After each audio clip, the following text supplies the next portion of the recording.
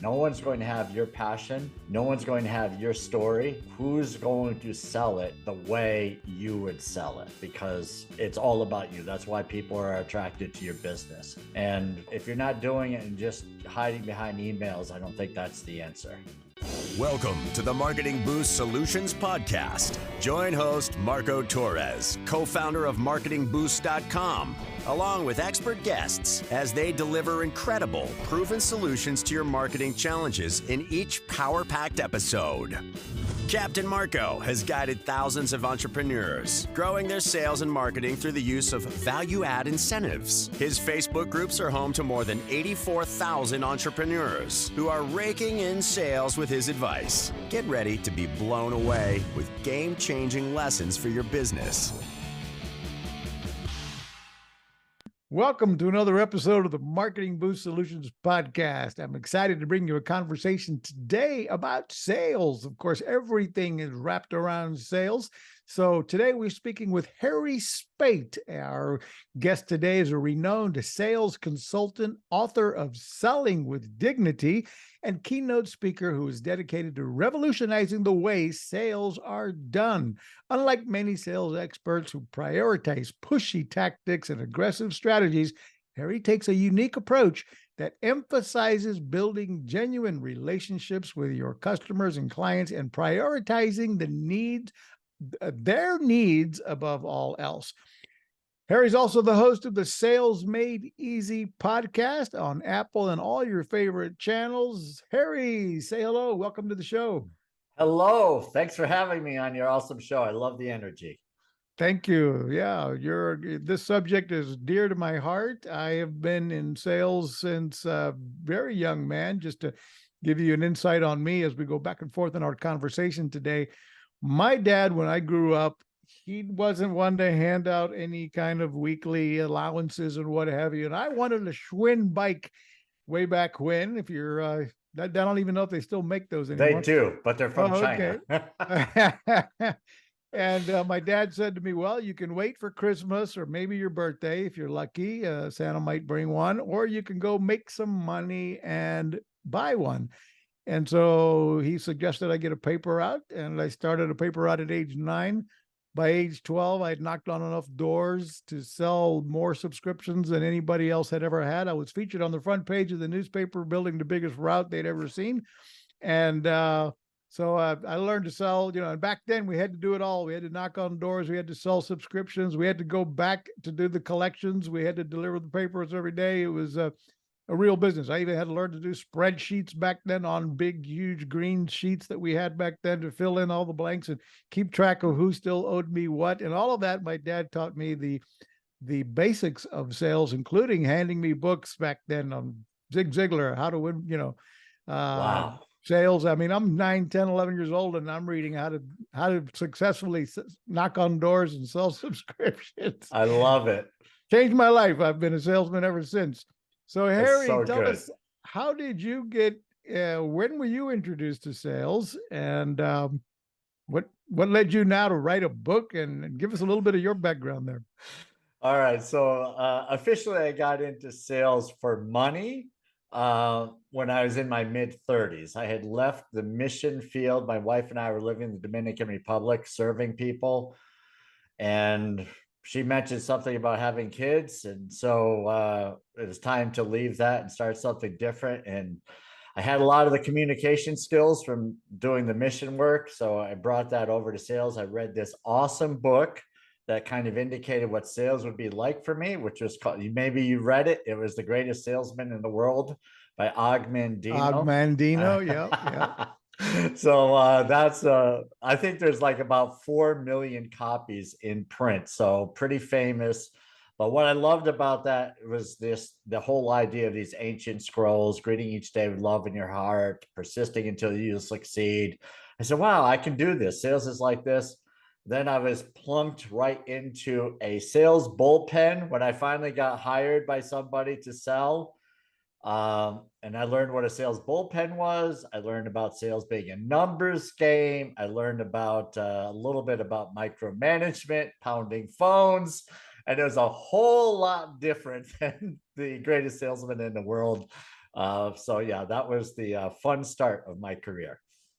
No, yeah, it can definitely be a challenge. And one of the things that I think a lot of people fear about sales, and then they of course, many in today's world, we're moving into the entrepreneur. Ever since COVID, I think there's been more people deciding to be, start a home-based business Mm. or get in sales, direct sales of some kind, and work from home and have these options that have become more and more available. Technology, of course, has allowed for us to have these Zoom kind of meetings and make sales calls without having to be to be semi in person, see the face, versus the old school you and I made with all outbound phone calls. And now we can at least put a face to the name and so on, and it's a Yeah. little bit easier to know, like, and trust when you can see each other. But there's still a huge fear that I think many business owners have about I'm not a salesman. Mm. I that's I don't have that gift of gab. I'm not a closer. I don't know how to, I'm afraid to ask for the order, or nobody wants to admit that, but there's the truth in that. So guide us, give us some of those, you know, overcome some of those myths that we all fear about sales. Oh, everything that you just said, I've said. So I totally can relate to those feelings. Like, I'm not a natural salesperson. I'm not a smooth talker. I didn't know how to close a door.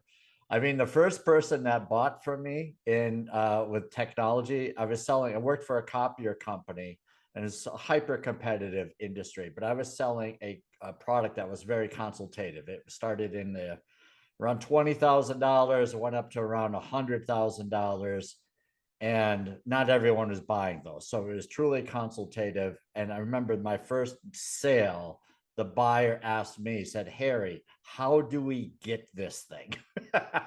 So I was like, I have to call you back. I got to make a quick call. And I had to call my manager. I said, "They're interested. They're going to buy." I was like so thrilled. But I didn't know, I didn't have any close. It was all very, it's all servant minded. And, I eventually worked out some closing lines, but I'm not a smooth talker. I might sound like I am, but I'm not at this point. We're on a podcast, but those people who can speak for an hour, that takes me a lot of work to get there. So the smooth talking thing, just this fear that being, I think the thing that you mentioned is not everyone wants to ask for the order because they don't want to hear the word no. And then sometimes I learned with salespeople over the years, they'd rather carry an interested person into the next month than hear them say no. But the other option is they may say yes, folks. And I learned that too. So the more you ask, then you're going to find some yeses along the way too. So I don't know if that answers your question. I go down rabbit holes pretty quickly there, Marco. Yeah, no, it's so true, and it's so, I think a lot of I try to relate this to the Marketing Boost community. We have a community. If you're listening to this for the first time, Marketing Boost is a community of our Facebook group. One of our Facebook groups has over 30,000 entrepreneurs. We have another one with 54,000 affiliate marketers.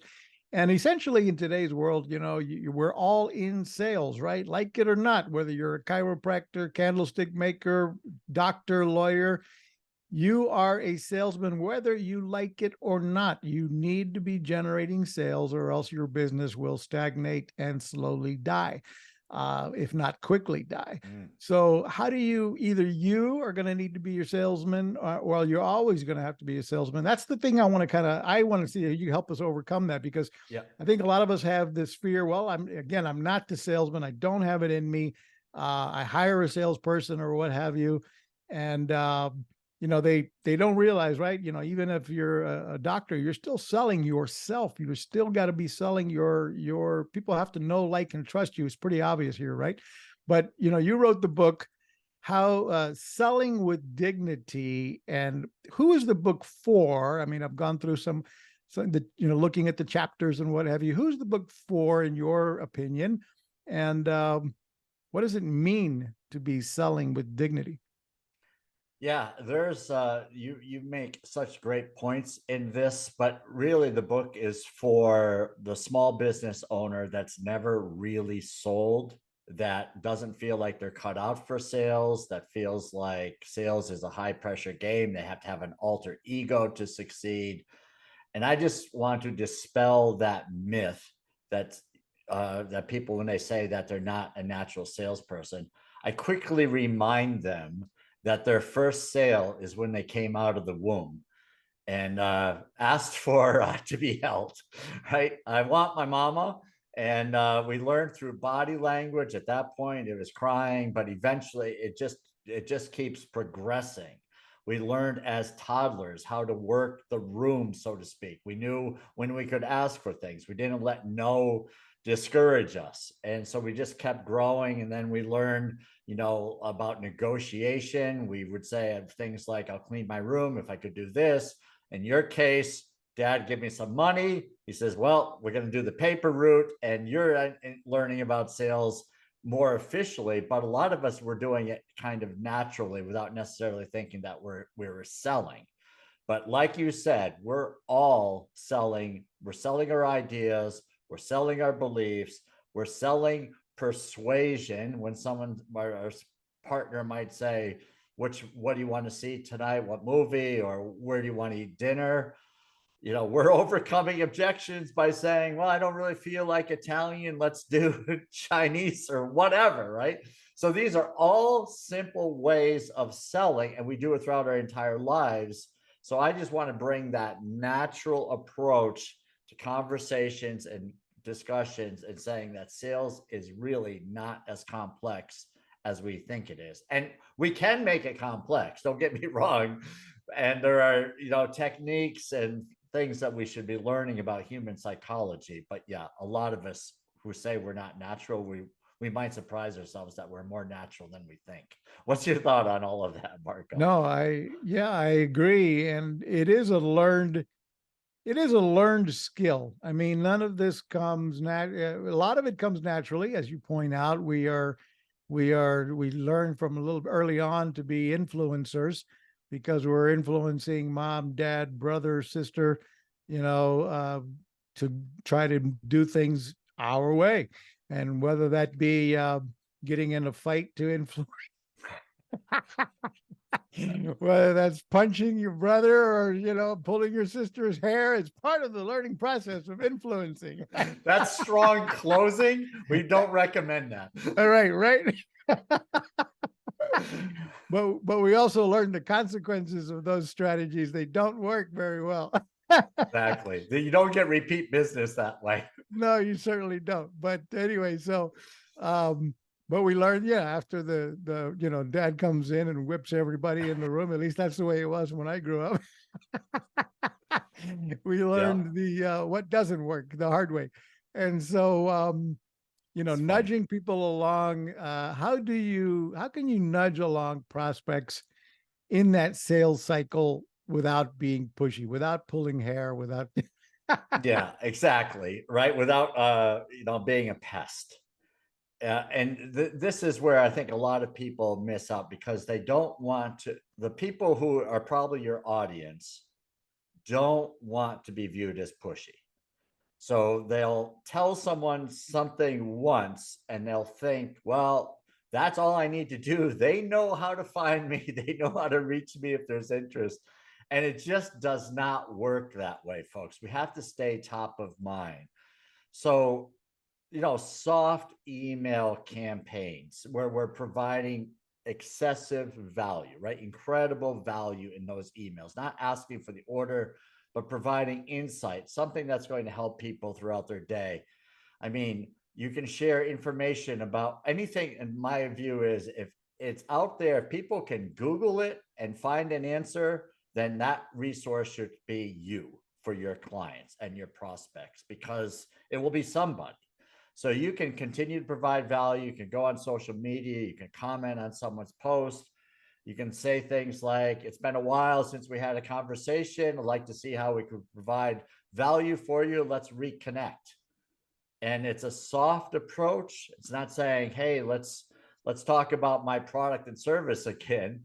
But that simple touch, and it might be the holiday season. You can send a greeting card, even an email. Sometimes texting works. Just don't want to be annoying and make it about you, make it about them. And a trick I use is try not to lead with the word I.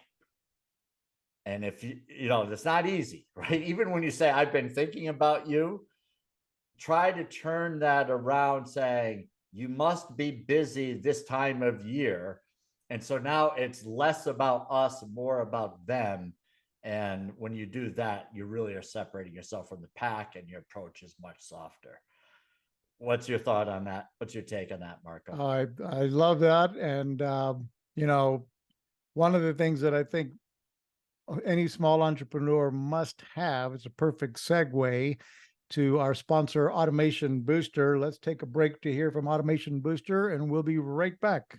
Is your business on autopilot yet? Do you have automation in place to capture, nurture, and convert prospects into clients via email, SMS, ringless voicemails, appointment setting? Get all the inbound and outbound marketing tools in one place. Go to marketingboostsolutions.com for more on automating your business so you can make money while you sleep. You just heard from Automation Booster. .com. And what is that all about? If you're a business owner, we have the perfect CRM solution for you with all of the, with dozens of sales templates, sales funnels, with the Marketing Boost incentives built in, automated, and you get the ability to email, text message, ringless voicemail broadcasting. What does that mean? You can send people a voice message with your voice right into their phone as if you had made a phone call to them, and they're hearing your voice message without you having to even call them. But it sounds like they missed your phone call. They hear your message, and quite often they'll be responding, hey, I'm sorry I missed your call, via text, and you can start up a conversation. Those are just some of the inbound and outbound marketing tools available to you with automationbooster.com to help you capture, nurture, and take prospects from cold leads to converting them slowly, as Harry's talking about, with soft email campaigns, text messages, maybe ringless voicemail messages in the mix and get those clients considering you versus somebody else for your solution. Harry, back to you and I here. You asked me my thoughts on that, and well, I just kind of gave you my thought, right? The solution is, one of the solutions Marketing Boost provides is the ability to automate all of this and create what I call, and I think you're leading to this. You need to think through creating a series of smart, intelligent email messages that are educating your prospect about not necessarily your product or service, but about, hey, here's the problem you may have, and here are some suggested solutions, which obviously could include your service. And by the way, there's ChatGPT that can help you write that content. You can learn to write prompts in artificial intelligence technology that will help you take what's out there on Google and everything else, but turn it into unique copy. Of course, you need to edit it. Don't use ChatGPT as, directly as it comes from them, but edit it and make it your own. And man, you can use ChatGPT to create a nice series of messages to stay in front of your prospects, either before your sales call and follow up after your sales call. Harry, sorry to hog the microphone there. This is your interview. I love what you just said, though. I mean, I think you can use ChatGPT as part of your selling with dignity approach, right? It's a tool. We can use that. But like you said, please, folks, look through it, edit a few things, make it your own, let your personality shine through so that people recognize your voice in the email or whatever, how you're using it. Yeah. And, so on. So what are I saw you expression when I talked about ringless voicemails. Have you heard of that or done that before? No, what is that? Yeah, definitely curious about that. Yeah, it's a technology that you set it up with automation. So for example, one of the ways I use it, if people join my Facebook group, when they join my Facebook group, I ask for name, phone number, and email to join the group.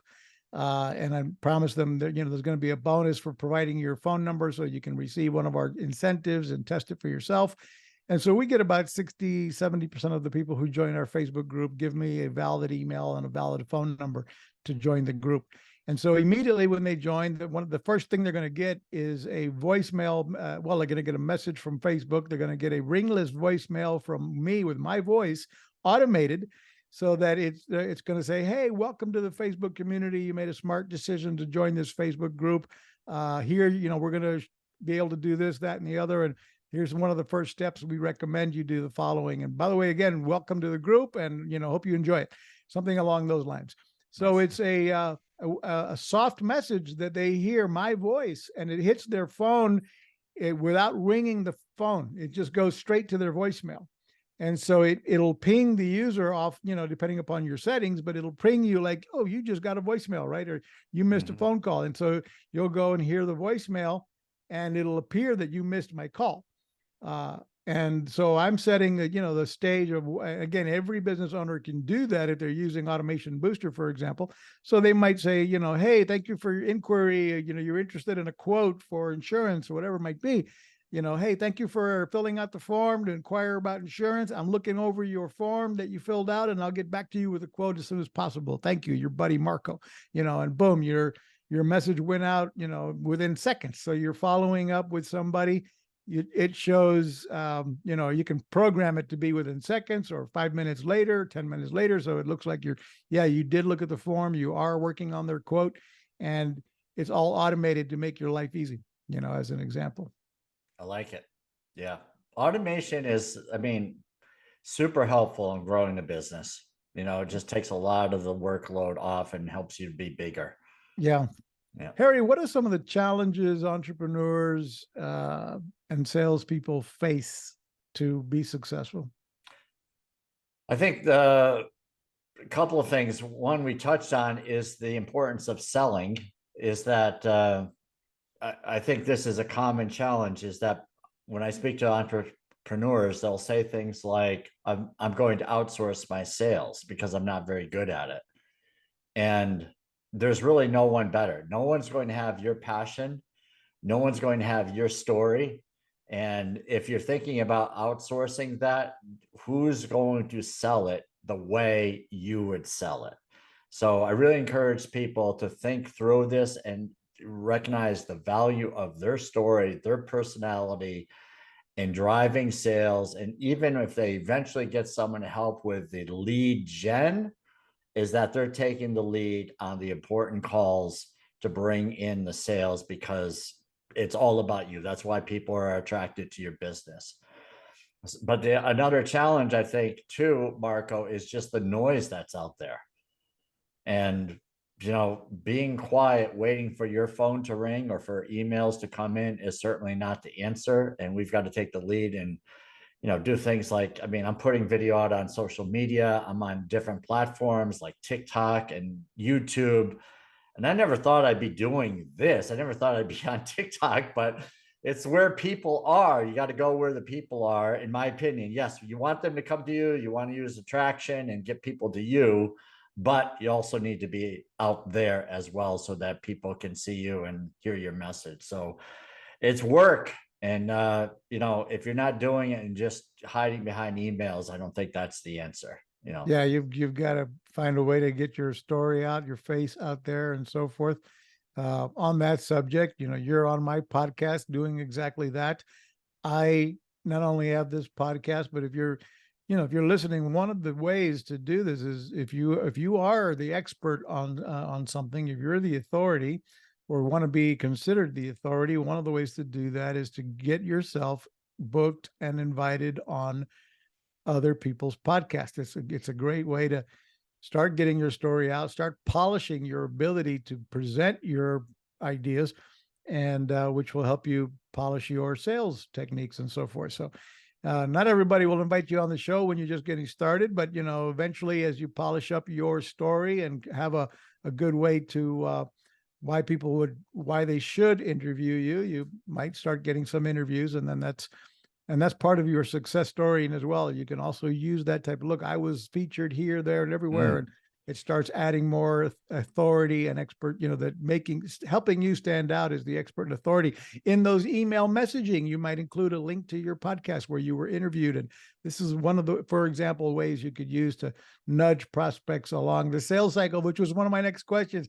How do you nudge prospects along the sales cycle without being pushy? Yeah. Well, first of all, you want to get, I think this is a big thing that people miss, is that it happens to me all the time when I'm buying things. I crack up. The people will try to sell me something. I'll show interest and I'll say, I need to think about it. Probably 1 out of 5, 1 out of 10, maybe will say, let's schedule a follow-up meeting. And so if that is in the books, you've got all kinds of benefits going on, right? You can set your calendar invite so that now the person is seeing your name and you're reminding them for the meeting. So I would like to have at least 2 of those reminders in. And then of course, when the meeting is there, you have another one. They may miss the meeting, but at least you're doing what you can to get the next step. And so booking that, and then if they miss that meeting, you don't want to scold the person. You don't want to say, I've been waiting, or, you're derogatory in your approach because they missed the meeting. You send a nasty gram email. Just be polite and respectful. You miss meetings as well. You've got other things that come up. Just show some empathy and then provide some value, right? What does the person need? And think like that. What does this person need throughout the sales cycle? How can I provide value? Things I like to do is provide research. Here's a website or here's a YouTube video that talks about what we spoke about. Just giving them some additional information to help them make the decision and make it neutral so that it's not all about your marketing. So having another resource, a testimonial, things like that will also help in the number of touches that are required to make a sale today, which I don't know what the number of touches is these days, but it's a pretty big number, I think. Yeah, I think it's over a dozen. What about, right, what's your 7, thought? 14, whatever it is, there are different studies on how many touches you need to make. And on that subject, it's another great tie-in to Marketing Boost. Let me give you some ideas, Harry, that you might not have thought of. I know a lot of our members are using. With Marketing Boost incentives, for example, we have the hotel savings cards. If you're listening to this for the first time, Marketing Boost provides complimentary hotel stays to 130 destinations around the world from 3 to 7 nights. We also have the hotel savings cards. They come in increments of $1, $2, $3, and $500. They work kind of like a gift card, but they don't pay for the entire hotel stay, and they offer your client a big discount up to the face value, for example, up to $500 in savings compared to the Expedias of the world, and restaurant savings vouchers. And why do I plug this in? Well, we're talking about, for example, using a calendar to book those appointments, right? And whether you use Calendly or you use Automation Booster, which also provides an unlimited amount of calendars for you to use with the automation. You got to have it, whether you use Calendly or Marketing Boost or rather Automation Boost or anybody else. You need to have a calendar that sets up the automation of reminding you and your client to show up on time for the appointment. But with Marketing Boost incentive, you can even include, for example, hey, we think your time is super valuable, ours as well. We want to reward you with a $200 hotel savings card. If you book that appointment to chat with us, no obligation to take any action. And if you show up on time, of course, we're going to reward you with that $200 hotel savings card, good at 1 million hotels worldwide. So that's an example of how many members use Marketing Boost incentives just to get more appointments booked and eliminate the no-shows for themselves or for their sales team.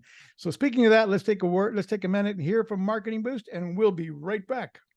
It's time to wow, surprise, and impress your clients with the most powerful customer draw card available anywhere. The Marketing Boost Solutions Show is brought to you by Marketing Boost, where you can get valuable travel and restaurant incentives to drive your leads from prospects to paying customers. Now you can offer complimentary hotel stays in over 130 destinations worldwide. Go to marketingboostsolutions.com and try it for free right now. You just heard from marketingboost.com, where we show you how to use these incentives, how to add the high perceived value of these travel incentives to whatever your call to action is, and help create that scarcity and urgency to take action, which, by the way, is one of the subjects we're talking about with Harry Spaight here, how to sell with dignity. And one of the things in his books he talks about is, not being that pushy salesman, not doing these, hey, if you buy, before the end of the month, the price is not it's going to go up if you don't buy before the end of the month, and that kind of thing. That if, as he said in his book, well, let me get your thoughts on that, Harry. Oh my goodness, this brings back memories. We used to think that was a closing technique, and buyers did not care. It's like, well, we need this by the end of the month. And I knew as a seller that buyers didn't care. So I would say things like, if I had the relationship, that I would throw in some additional incentive. And it's like, how do you feel about making a decision here in the next few days? And they say, well, I can't get that done. And I wouldn't really push anything, right? It's like, if they can't get it done, there's a process, then it's going to wait until the beginning of the next month. It's no big deal. It's not the end of the world, right? We'll need sales next month. But for those that are saying things like, we'd like to do it, I'm not sure I can get it done, then it's like, I'm going to provide an incentive.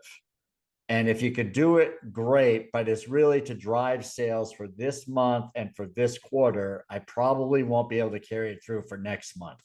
Sometimes I did, sometimes I didn't, right? But it was to drive that incentive and for people who could take action.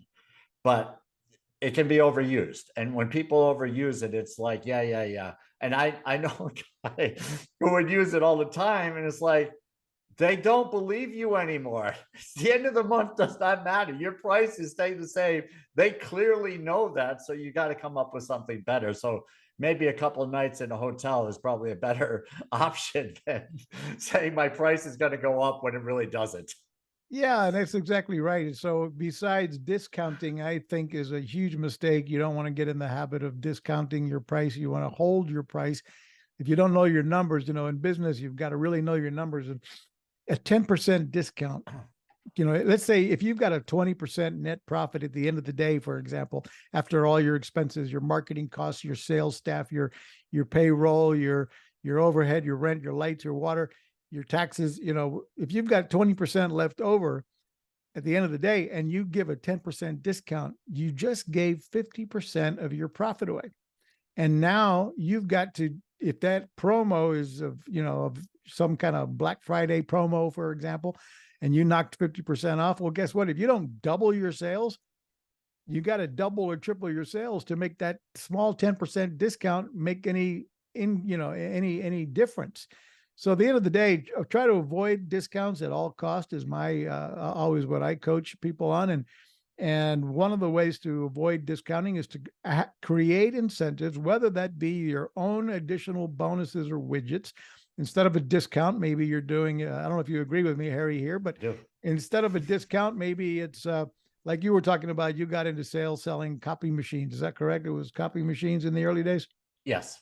All right. So, I mean, just think, for example, I'm just thinking off the top of my head here, but your own type of widget might be, look, if you made the order, before the end of the week, we're going to give you a pallet of paper or whatever, and or you're going to get, if you're selling business coaching, then maybe it's, look, if you hire me for 6 months, you get the 7th month free.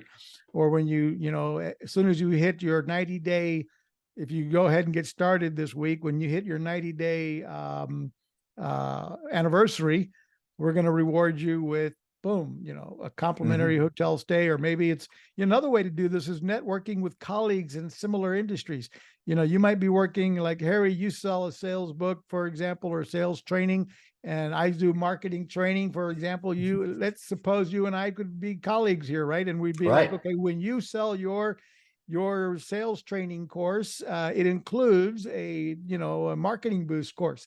And when I sell your sales training or my marketing course, for example, I say, hey, you're going to get a free, chapter or the first 3 chapters of Harry's sales course. And so we could collaborate together and both of us are adding value to our clients and maybe even sharing leads versus discounting. I just hate discounting. I've done it before, many, many times in my life, but it's not a good idea in the long run. Would you agree with that, Harry, when it comes to sales? Yeah, I definitely agree. Is try to throw those incentives. And I think a lot of people struggle with, I mean, look at everybody offers discounts, right? So I mean, you go to a department store, you're going to see discounts and people feel good about those discounts. So how can you throw, I liked what you said, how can you throw incentives? And if you are going to discount, get something in return. So whether that be get an opportunity sooner, but you're not discounting huge numbers, right? It's small numbers, right? Small incentives, because like you mentioned, if you're giving away the house, that's not good for your business. So yeah, Well, I here's always another. try. Yeah. Yeah, that's a good thought. Yeah. No, I'm sorry to interrupt. I You're should let good. you continue your thought, but as you're referring to, make them earn the discount. It might Yeah, mean, hey, if you refer me yeah. to 5 people, There you go. then I can give you the following discount. If if you take action before the end of the week, that'd be great. But what we're really interested in is the word of mouth marketing. So if you can refer me, take action by Friday, and more importantly, refer me to 5 people, I can give you the following incentives. And now you've pulled it more towards the direction of referring me more people to earn the discount versus taking action, making it seem like that pushy close, if you take action before the end of the day or what Yes, have you. I like it. And it's like the thing that people don't get when you're in the sales point is that the buyer looks at you discounting and then they're thinking, is this the floor? If I wait a little bit longer, will the discount continue to grow? And so the price just went from whatever the dollar amount is, let's use round numbers. It went from $1,000 to 800. You just dropped 20% without even thinking. Well, now the buyer's thinking, well, maybe if I wait a little bit more, they'll drop another 10%. Right. So that's what's going on in the buyer's mind, folks. So you've Yeah. got to be very careful about discounting for a lot of reasons. By the way, if you're watching this show on YouTube or other video outlets, I'm showing on the screen right now how to contact, how to get in touch here with Harry at sellingwithdignity.com, sellingwithdignity.com, where you can order his book. And of course, you can also book a call with him and his team at the link up on top called Let's Chat. And easy, there's also a download free selling secrets. Put your name and email and get the selling secrets, a portion of the book, or some of the strategies here. In your video here about your book, I notice you kind of make some of this referring, if I'm not mistaken, to biblical ideas, on how to sell with dignity, and get into it. Tell us a little bit more about that. Yeah. So based on my background, I appreciate you sharing all of that, by the way, Marco. Based on my background of doing mission work, a lot of the core values that I have about service to others really came from the Bible, honestly. So if you read the Sermon on the Mount about serving others, loving your neighbor, one great man didn't want to be served, but he wanted to serve others, wash the feet of his disciples. All of these things were just, it's like, this is the textbook, I believe, on selling, is that you treat people like that, the way, Christianity, the founder of Christianity, Jesus taught his disciples. That will get you sales, right? There's no question. People now use the platinum rule, which is treat others the way they want to be treated. It still stems from the golden rule, which is treat others the way you want to be treated. We do that and then even extend that a little bit further. I mean, good things are going to happen. And, it's just people want to work with people they can trust, they feel good about, that they're there for their best interests. You do those things, yeah, that's a winner in my book. It starts to come natural. Yeah. Yeah. One of the books that affected me very early on, I told you my father handed me Zig Ziglar books, And I don't recall exactly which book was where this, famous phrase from Zig Ziglar comes from, but essentially, I've lived by this mantra all my life: help enough other people, make it the goal to help enough other people get what they want in life or in your solution, and you will get what you want. So in your sales process, you've got to have, as another line from Zig Ziglar is, you got to listen with two ears. God gave you two ears and one mouth for a reason. So you would listen twice as much as you talk, ideally. And so, the salesperson, the myth that salespeople have to have that gift of gab, the chat, yada, yada, yada, yada, yada, yada, yada. I've known more salespeople to talk themselves out of a sale than people that talk themselves, that are good closers.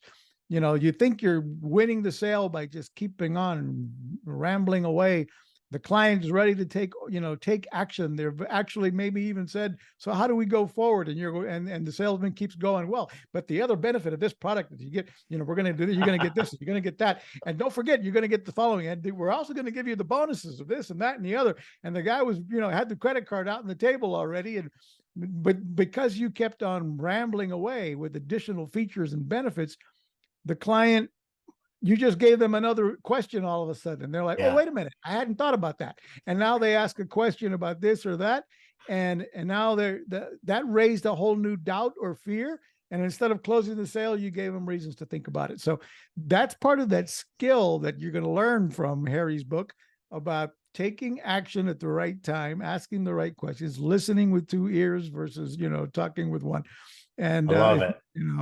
And learn to, again, there's skills involved, but at the end of the day, if you truly, here's my belief to wrap up, sales a little bit. If you really take the action, as Harry's pointing out, selling with dignity, and if you really take action in the sense that I'm not selling you my pen here, I'm not selling you my product or service, if it's not a good fit, if you're only thinking about your commission or your need for the sale to keep your lights on, if your mindset is about what you need, the client is going to feel it. They're going to feel your desperation that you need a close, you need a sale, you need a commission, you've got kids and a mortgage to pay. And when that comes across, and trust me, it will, if that's your mindset, then you're going to have a very low closing percent. And on the other hand, if you can take the action of, let me ask enough questions to really see whether or not you're in a position to afford my product and service, and whether or not my product and service is really a good fit for you to solve the problem that you have. And if it's not a good fit, whether you're, asking them to pay for something they can't afford, and you're going to put them in, in a situation they shouldn't have been in, or your solution is not really a good fit, you shouldn't sell it. You should walk away from that deal. You should refer that client to somebody else that maybe does have a better fit. And when you do that properly, you may not have gained that sale, but that client might refer you to 3 people that will buy from you. And, you're doing what's right. You're doing what's right by God. You're doing what's right by the client. So again, it becomes that saying Harry just said, right? Do right by others, and you will, you will be rewarded, or make sure you help enough other people get what they want, and you will get what you want in a reciprocal. Does that make sense, Harry? Is that 100%? I couldn't have said it any better, Marco. Great stuff. Yeah. And again, totally agree. Let's get back to your page here to where you can find Harry here. He's got a great book, Selling with Dignity. Go to sellingwithdignity.com, and there you can order the book. You can check out his services, the book, his testimonials. You can book a chat with his team, no obligation chat, to hear how he might help you with your sales challenges.